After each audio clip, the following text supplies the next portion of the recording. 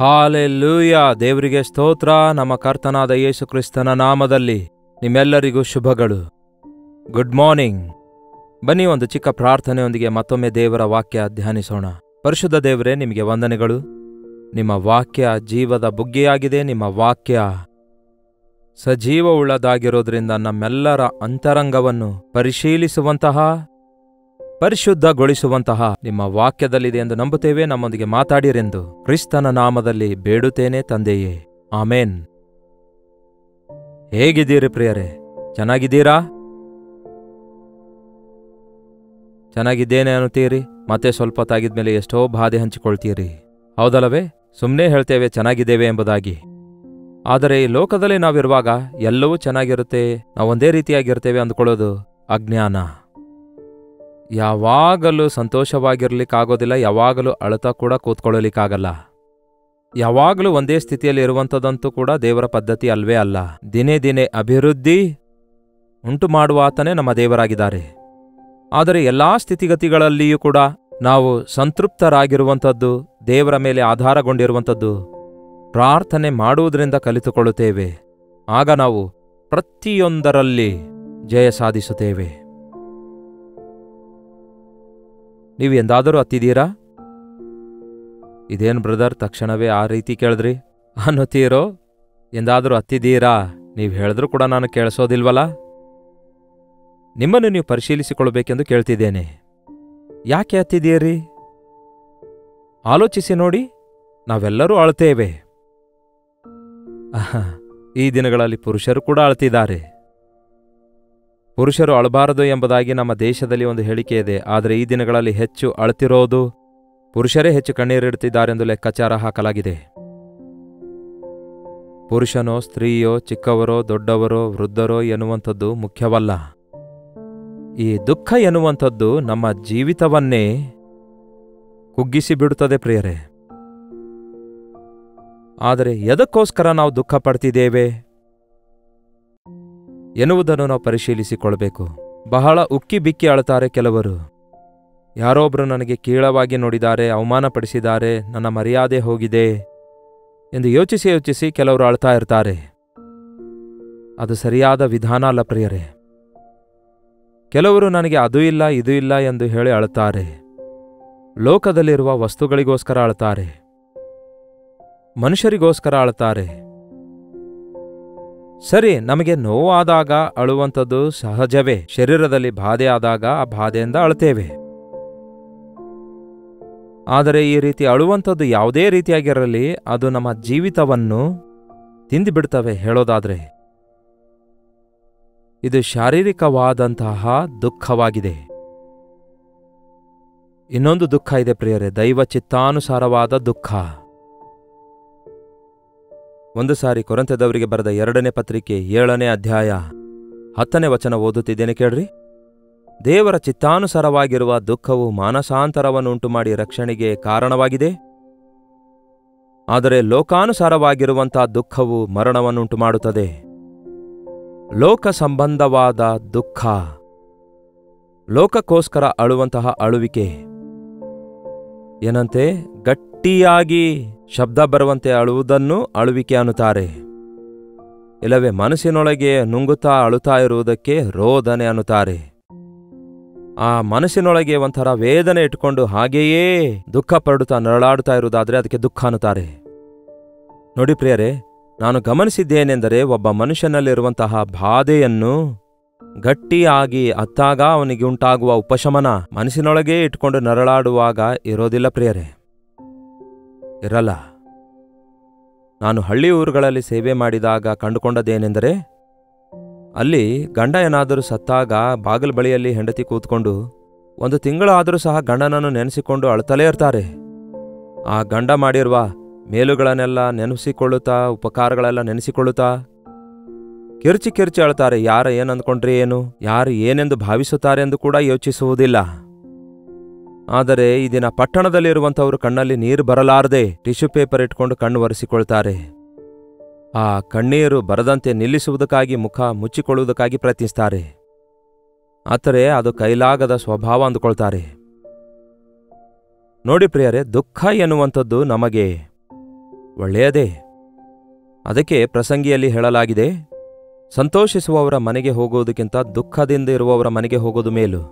ಒಬ್ಬನ ಜನ್ಮದಿನಕ್ಕಿಂತಲೂ ಮರಣದಿನವೇ ಮೇಲು.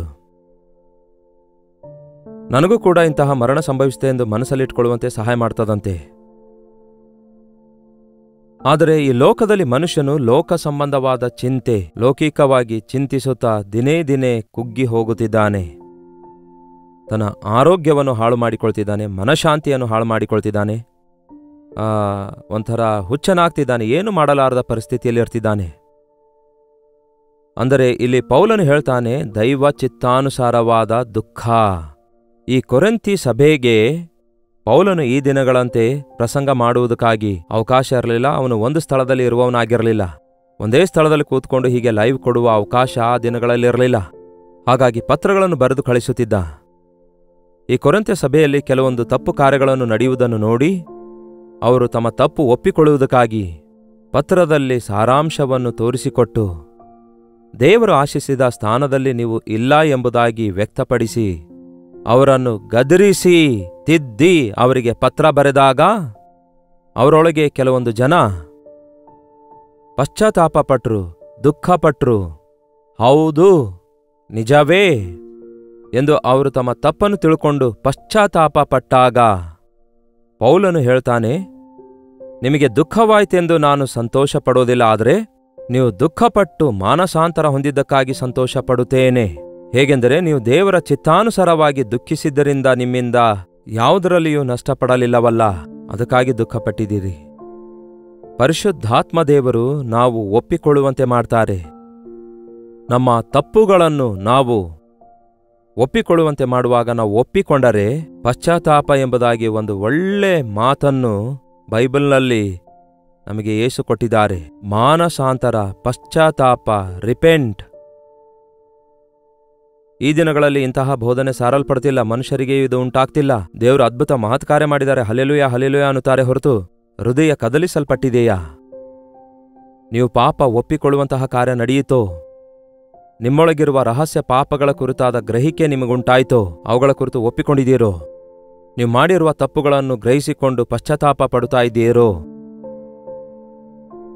ಪಶ್ಚಾತ್ತಾಪವೇ ಆಧಾರವಾಗಿದೆ ಪರಿವರ್ತನೆ ಹೊಂದುವುದಕ್ಕಾಗಿ.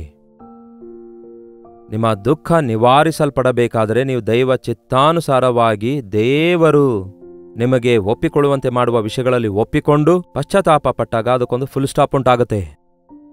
ನೋಡಿ ಪ್ರಿಯರೇ, ದೈವ ಚಿತ್ತಾನುಸಾರವಾದ ದುಃಖವು ರಕ್ಷಣೆಯನ್ನುಂಟು ಮಾಡಿ ಮಾನಸಾಂತರವನ್ನು ಉಂಟು ಮಾಡುತ್ತದೆ. ಯೇಸು ಯಾರು ನನಗೆ ಗೊತ್ತಿಲ್ಲ ಎಂದು ಪೇತ್ರನು ಅಲ್ಲಗಳೆದ ನಂತರ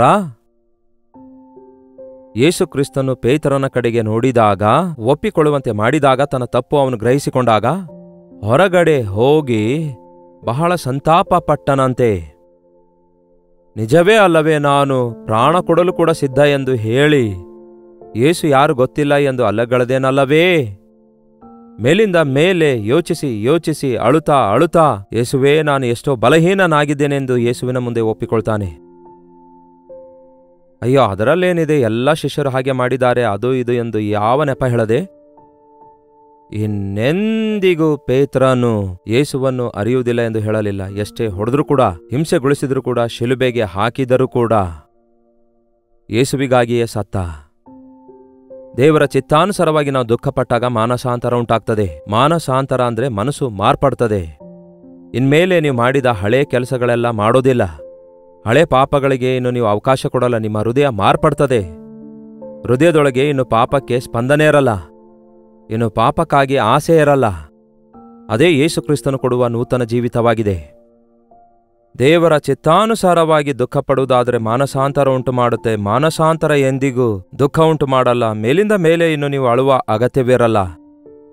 ಆದರೆ ಲೋಕ ಸಂಬಂಧವಾದ ದುಃಖವು ಮರಣವನ್ನುಂಟು ಮಾಡುತ್ತದೆ.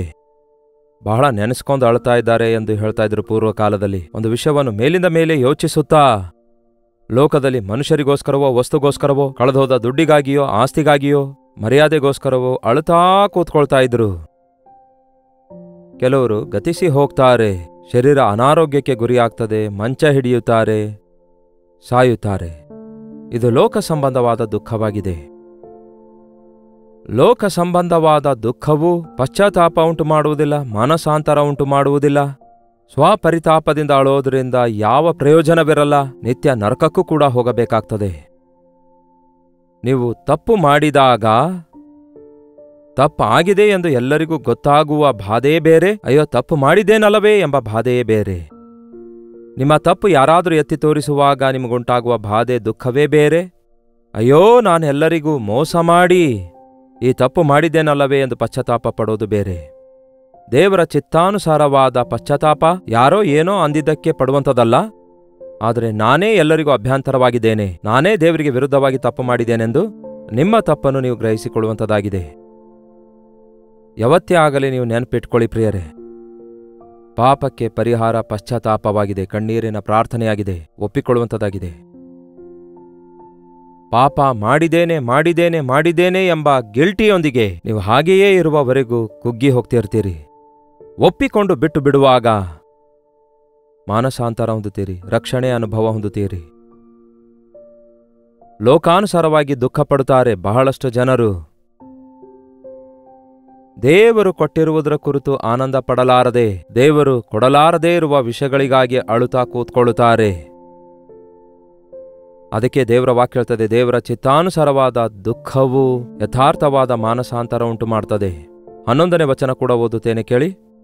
ನೀವು ದೇವರ ಚಿತ್ತದ ಪ್ರಕಾರ ಹೊಂದಿದ ಈ ದುಃಖವು ಎಷ್ಟೋ ಜಾಗರೂಕತೆಯನ್ನು, ಎಷ್ಟೋ ದೋಷ ನಿವಾರಣೆಗೆ ಬೇಕಾದ ಪ್ರತಿವಾದವನ್ನು, ಎಷ್ಟೋ ಆಗ್ರಹವನ್ನು, ಎಷ್ಟೋ ಭಯವನ್ನು, ಎಷ್ಟೋ ಅಭಿಲಾಷೆಯನ್ನು, ಎಷ್ಟೋ ಆಸಕ್ತಿಯನ್ನು, ಎಷ್ಟೋ ಪ್ರತಿದಂಡನೆಯನ್ನು ನಿಮ್ಮಲ್ಲಿ ಹುಟ್ಟಿಸಿತು ನೋಡಿರಿ.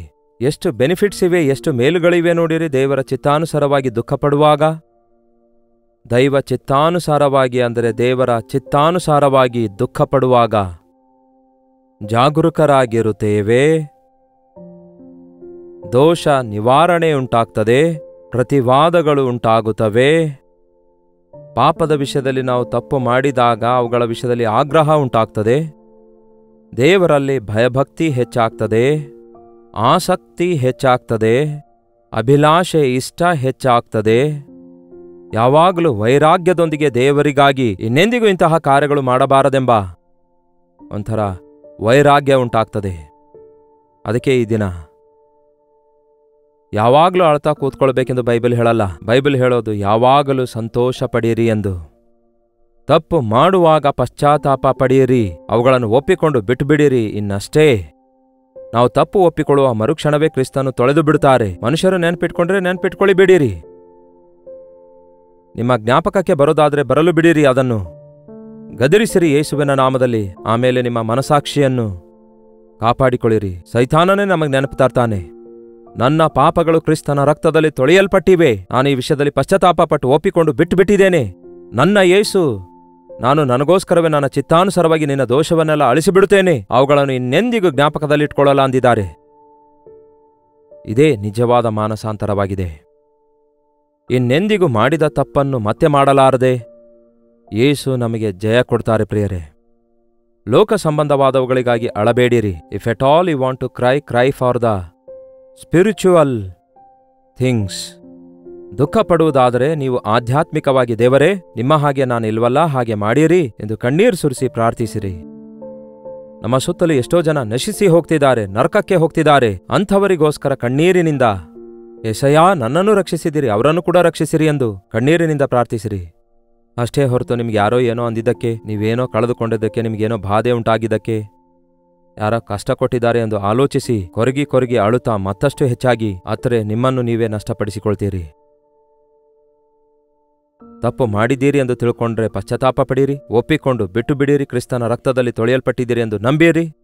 ಸಂತೋಷದಿಂದ ಜಾಗರೂಕರಾಗಿ ದೇವರಲ್ಲಿ ಭಯಭಕ್ತಿಯೊಂದಿಗೆ ದೇವರಿಗೋಸ್ಕರ ಆಸಕ್ತಿಯಿಂದ ಆಧ್ಯಾತ್ಮಿಕವಾಗಿ ಅಭಿವೃದ್ಧಿಯಾಗುತ್ತಾ ಕರ್ತನಿಗೆ ಸಾಕ್ಷಿಗಳಾಗಿ ಜೀವಿಸೋಣ. ಬನ್ನಿ ಪ್ರಾರ್ಥಿಸೋಣ. ಪರಿಶುದ್ಧ ದೇವರೇ, ಪ್ರೀತಿಯುಳ್ಳ ತಂದೆಯೇ,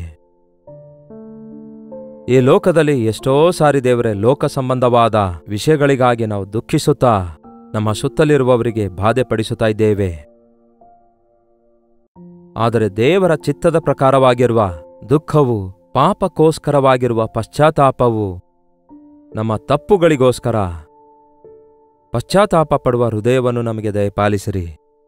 ಈ ವಾಕ್ಯ ನಮ್ಮನ್ನು ಎಚ್ಚರಿಸುತ್ತಿರುವಾಗ, ಗದರಿಸುತ್ತಿರುವಾಗ, ಪವಿತ್ರಾತ್ಮನು ನಾವು ಒಪ್ಪಿಕೊಳ್ಳುವಂತೆ ಮಾಡುವಾಗ, ನಾವು ನಮ್ಮ ಪಾಪಗಳನ್ನು ಒಪ್ಪಿಕೊಂಡು ನಿಮ್ಮ ರಕ್ತದಲ್ಲಿ ತೊಳೆಯಲ್ಪಟ್ಟು ಪರಿಶುದ್ಧರಾಗಿ, ನಿರ್ದೋಷಿಗಳಾಗಿ, ರಕ್ಷಣಾನಂದದೊಂದಿಗೆ ಸಂತೋಷದಿಂದ ಜೀವಿಸುವಂತೆ ನಮ್ಮಲ್ಲಿ ಪ್ರತಿಯೊಬ್ಬರಿಗೂ ಸಹಾಯ ಮಾಡಿರಿ ಎಂದು ಕ್ರಿಸ್ತನ ನಾಮದಲ್ಲಿ ಬೇಡುತ್ತೇನೆ ತಂದೆಯೇ, ಆಮೇನ್. ತಂದೆಯಾದ ದೇವರ ಪ್ರೀತಿಯು, ಮಗನಾಗಿರುವ ಕ್ರಿಸ್ತನ ಕೃಪೆಯೂ, ಆದರಣೆಕರ್ತನಾದ ಪವಿತ್ರಾತ್ಮನ ಸಹವಾಸವು ಕೂಡಿ ಬಂದಿರುವ ನಮ್ಮೆಲ್ಲರ ಸಂಗಡ ಇಂದಿಗೂ ಸದಾಕಾಲಕ್ಕೂ ನೆಲೆಯಾಗಿರಲಿ. ಆಮೇನ್. ದೇವರಿಗೆ ಸ್ತೋತ್ರ. ನಿಮ್ಮ ಪ್ರಾರ್ಥನಾ ಮನವಿ 8939731313 ನಂಬರ್ಗೆ, ಹಾಗೆ ಹೊರದೇಶದಿಂದಲೂ ಸಹ ವೀಕ್ಷಿಸುವುದಾದರೆ ಕೊಡಲ್ಪಟ್ಟ ಇದೇ ನಂಬರ್ಗೆ ಒಂದು ಟೆಕ್ಸ್ಟ್ ಇಲ್ಲವೇ ವಾಯ್ಸ್ ಮೆಸೇಜ್ ಮೂಲಕ ವಾಟ್ಸಪ್ ಕಳಿಸಿಕೊಡಿರಿ. ನಿಮಗಾಗಿ ಪ್ರಾರ್ಥಿಸ್ತಿದ್ದೇವೆ. ದೇವರು ಅದ್ಭುತವಾದ ಉತ್ತರ ನಿಮಗೆ ಕೊಡ್ತಾರೆ. ನೀವು ಕೂಡ ಪ್ರಾರ್ಥಿಸಿರಿ.